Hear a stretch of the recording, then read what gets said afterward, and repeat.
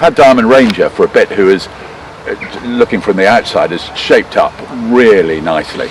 Yeah, he was actually bought a couple of minutes before, a couple of minutes after, missed the cut at the February sale, and he's a lovely horse. He's surprised me. He's not very flashy, but he's certainly a racehorse, and he won nicely on debut.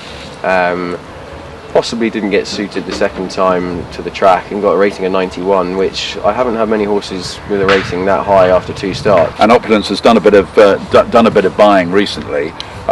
Maybe we can just sort of go through them one by one. Stowell to start with, which came from John and Thady Gosden's.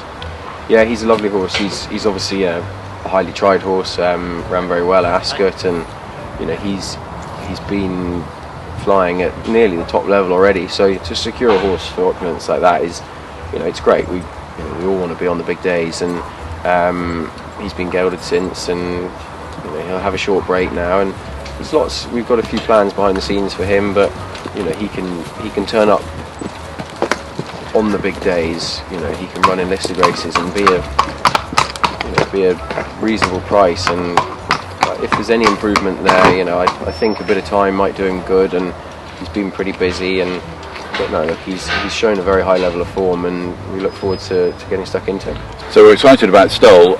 What about Sun King, who ran in the same race that you won, one of the races you won at Ascot? Yeah, he's a lovely horse. He's sort of on the same sort of programme. We've gelded him and giving him a break at the moment, but he's shown a high level of form already, and I think he's a horse that Sam Haggis, who obviously picked him out, he's pretty keen to bring him back in trip. He's a horse who has over-raced before, and it's not usually a yard that I'd be looking to buy out of, but there was a reason the horse was sold.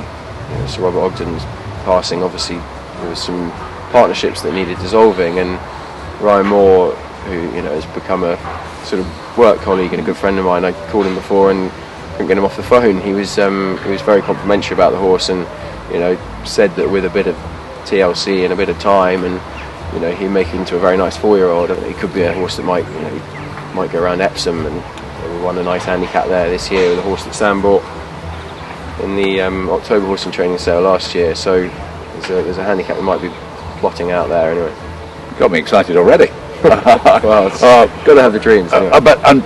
Paris Lights, in a way, of the 3 that have you bought recently, in a way is the most intriguing, because this horse has got a pretty amazing pedigree, but so far hasn't actually achieved a huge amount.